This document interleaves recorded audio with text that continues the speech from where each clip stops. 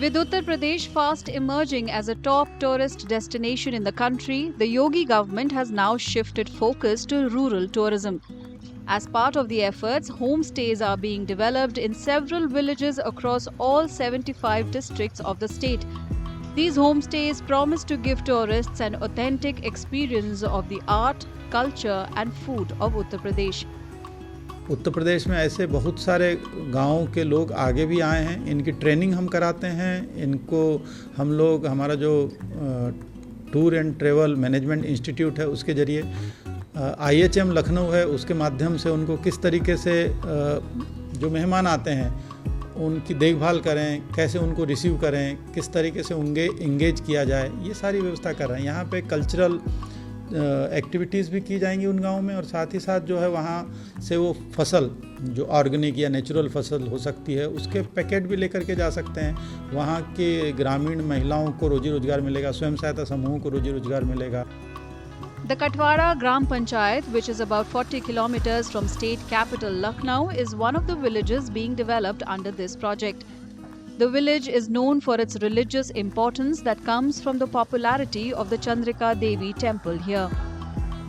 स्वास्थ्य जीवन और आपका जो है ये रोड का सौंदर्यीकरण और उसके किनारे जो छायादार पेड़ लगाने का ये योजनाएं चल भी रही हैं और हमारे यहाँ मंदिर से लगा के बख्शी तालाब तक लाइट की व्यवस्था वो चल रही है। अभी हो सकता है इसी विभाग में आ रहा हो। पर्यटन से जोड़ेंगे ना हमारे गांव को तो काफ़ी पर्यटन करता है। हमने देखा है पर्यटन हमारे यहाँ मंदिर से जुड़ा है और जब हमारा गांव पर्यटन ने ले लिया है तो उम्मीद तो बड़ी है कि काफ़ी विकास होना चाहिए।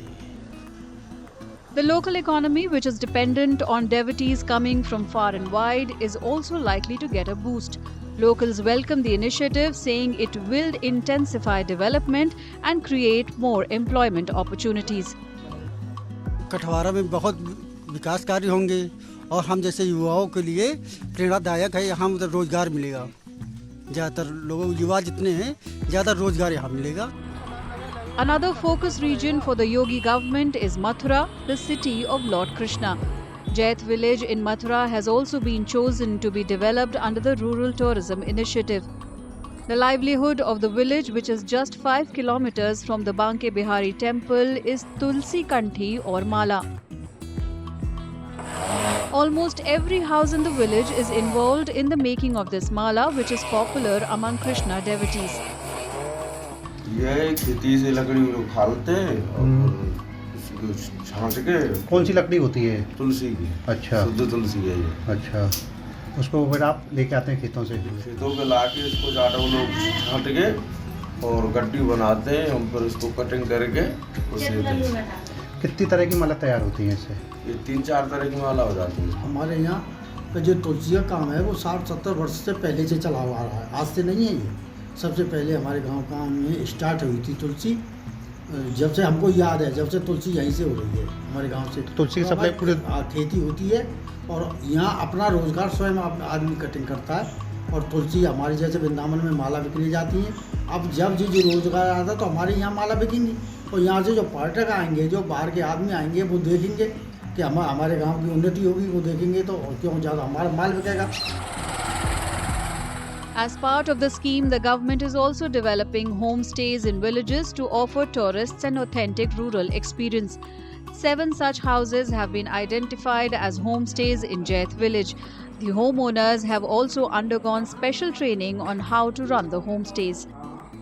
हमारा जो होम स्टे है उसके बारे में जैसे जो लोग आएंगे, पर्यटक जो आएंगे उनको कैसे व्यवस्था करनी है, किस तरीके से रखना है उनको, सारी चीज़ों की। कितने रूम सिलेक्ट हुए हैं? हमारे यहाँ 4 रूम सेलेक्ट हुए। योजना अच्छी है और योजना से ग्रामीण लोगों को फ़ायदा हो जाएगा कि जब शहर से लोग आएगा और ग्रामीण कल्चर के बारे में जानेगा और यहाँ के रहन सहन को देखेगा, आएगा कुछ खरीदारी करेगा जिससे उसकी आमदनी बढ़ेगी।